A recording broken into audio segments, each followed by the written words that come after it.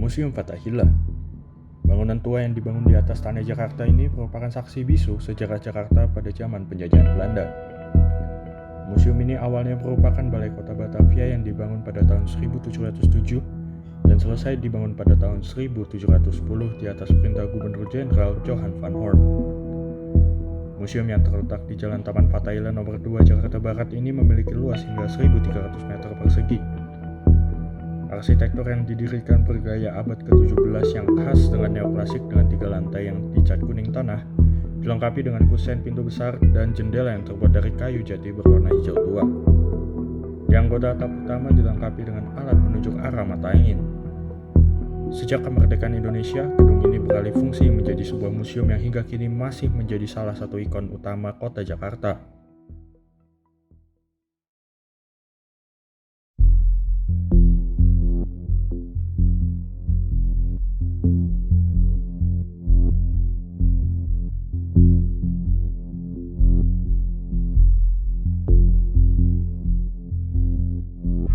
Di sebuah hari Minggu yang cerah, saya berkunjung ke Museum Sejarah Jakarta. Kedatangan saya ke tempat ini tak lain dan tak bukan untuk menjawab pertanyaan yang muncul di benak saya ketika mendengar kata Museum Fathahillah. Lantas, seperti apa museum ini bila dilihat lebih mendalam? Nah, salah satu koleksi yang unik buat pengunjung itu adalah penjara bawah tanah. Dan di sini ada 2 penjara bawah tanah. Ada penjara bawah tanah laki-laki dan ada penjara bawah tanah untuk wanita. Apa yang membuat unik dari koleksi penjara ini adalah karena penjara kan identik dengan kriminal dan juga karena ini bangunan bersejarah, tentunya identik dengan sejarah peperangan. Nah, dari situ pengunjung ingin tahu gimana sih melihat secara langsung gitu. Penjara itu kayak gimana sih gitu. Kayak gitu sih sebenarnya. Nah, kalau untuk sejarah dari museum ini salah satu dari banyaknya sejarah karena museum ini bisa dibilang saksi bisu dari 300 tahun yang lalu. Jadi bangunan museum ini dulunya adalah kantor pemerintahan dari pemerintahan Belanda sekitar mulai dari tahun sekitar abad ke-17 sampai abad ke-19. Dan dari situ banyak kejadian di sekitar area sini dan bangunan ini juga salah satunya.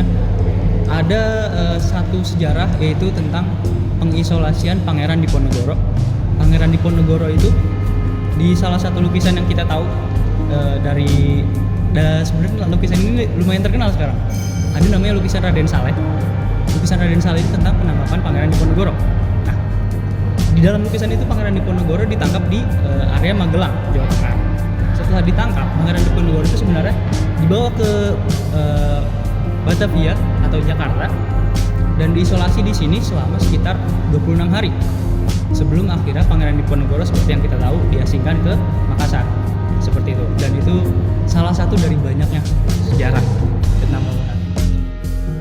Untuk harinya itu bisa dibilang setiap weekend ya, Sabtu atau Minggu, dan atau mungkin ketika ada hari-hari besar seperti hari libur nasional seperti itu. Kayak gitu. Dan pengunjung juga mungkin bisa dibilang ada jam-jamnya juga ya. Kayak seperti sebelum jam makan siang seperti jam 10 sampai jam 11. Dan setelah jam makan siang itu biasanya bisa orang loket bisa nggak kebagian duduk. Kalau untuk demografi pengunjungnya itu kebanyakan pelajar sih ya, karena museum ini kan didirikan dan diresmikan juga sebagai sarana edukasi untuk para pelajar juga. Jadi banyak dan biasanya kalau pelajar itu datangnya nggak weekend ya, biasanya datangnya pas weekday dari Selasa sampai Jumat atau mungkin Sabtu juga bisa. Dan itu biasanya bagian dari kunjungan mereka ke area Kota Tua. Jadi mereka nggak cuma main ke area Kota Tua, tapi mereka juga belajar tentang apa sih sejarah dari area ini, dari bangunan ini dan bangunan-bangunan lainnya seperti itu. Memang tidak bisa dipungkiri bahwa museum ini memang menyimpan sejuta sejarah penting. Satu persatu pertanyaan yang terlintas di benak saya mulai terjawab sembari menyusuri koleksi-koleksi yang ada di dalam gedung ini. Namun, masih ada sedikit pertanyaan yang masih melayang di pikiran saya. Lantas, apa tantangan Museum Fathahillah di tengah derasnya pengaruh globalisasi yang menyerang masyarakat Indonesia? Upgrade ya untuk museum ini, tapi ini mungkin pendapat pribadi. pendapat pribadi, upgrade-nya itu mungkin lebih ke pemeliharaan koleksi. Karena sekarang zamannya serba digital ya, jadi kita perlu arsip digital juga. Untuk salah satunya, kenapa? Itu untuk menjaga pengetahuan kita tentang koleksi yang ada di museum ini. Gak museum ini aja sih sebenarnya, museum lain juga harusnya butuh ya arsip namanya arsip. Kalau pribadi saya sih lebih ke digitalisasi museum seperti itu. Ketika mendengar kata digitalisasi, muncul di pikiran saya bahwa digitalisasi pasti akan membutuhkan solusi desain. Kira-kira solusi desain seperti apa yang diharapkan oleh museum ini? Kalau menurut saya pribadi ya, kalau untuk pengenalan museum lebih ke masyarakat luas, itu sih lebih ke desain ke short film. Kenapa short film?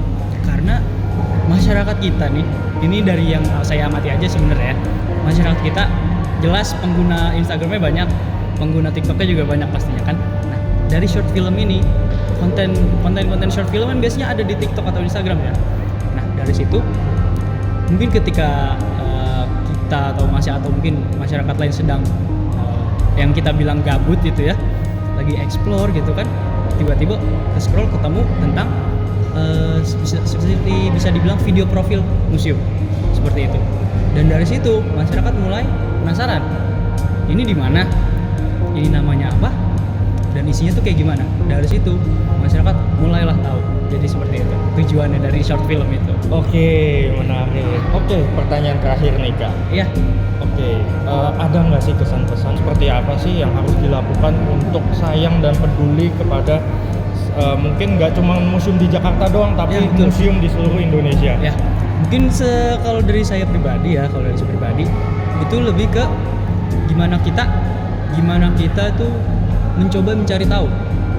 Memang awalnya ya kita ngeliat bangunan tua, mungkin mikirnya ini bangunan ini udah terabaikan, atau bangunan ini tidak diurusi, atau misalnya bangunan privat seseorang seperti itu. Tapi kalau untuk museum, apalagi museum yang sudah dirawat sedemikian rupa seperti ini, itu kita mencoba untuk mencari tahunya dari pertama coba berkunjung seperti biasa aja, seperti pengunjung biasa tanpa tujuan apapun. Pengunjung biasa, dan kemudian ketika kita ngeliat koleksi, coba tumbuhin rasa penasaran kayak gitu, seperti yang ada di belakang sini nih. Mungkin kalau pengunjung biasa, oh ini tentang orang-orang aja gitu, orang-orang berkumpul udah seperti itu. Tapi kalau kita coba tumbuhin rasa penasaran kita cari tahu latar belakangnya apa, dari situ kita mulai peduli, karena kita merasa ini orang-orang harus tahu dong, orang-orang harus tahu. Apalagi generasi muda seperti kita ya, generasi muda seperti kita itu harus mengembangkan rasa peduli tentang sejarah, karena sejarah itu sebenarnya hal yang paling gampang banget dilupain, itu sejarah sebenarnya, seperti itu. Oke, sekian pertanyaan dari aku. Ya. Mohon maaf kalau mengganggu waktu Kakak. Terima kasih ya Kak, silakan melanjutkan aktivitasnya. Ya. Selamat siang. Ya, selamat siang. Cut. Perjalanan saya mengunjungi museum ini bukanlah sebuah kebetulan. Mengelilingi seluruh museum ini telah menjawab berbagai pertanyaan yang ada di benak saya. Dari perjalanan ini, saya menyimpulkan bahwa museum akan tetap terus menyimpan rahasia jika tak seorang pun yang ingin menjelajahinya lebih dalam. Inilah kisah saya di Museum Fathahillah. Bagaimana dengan Anda?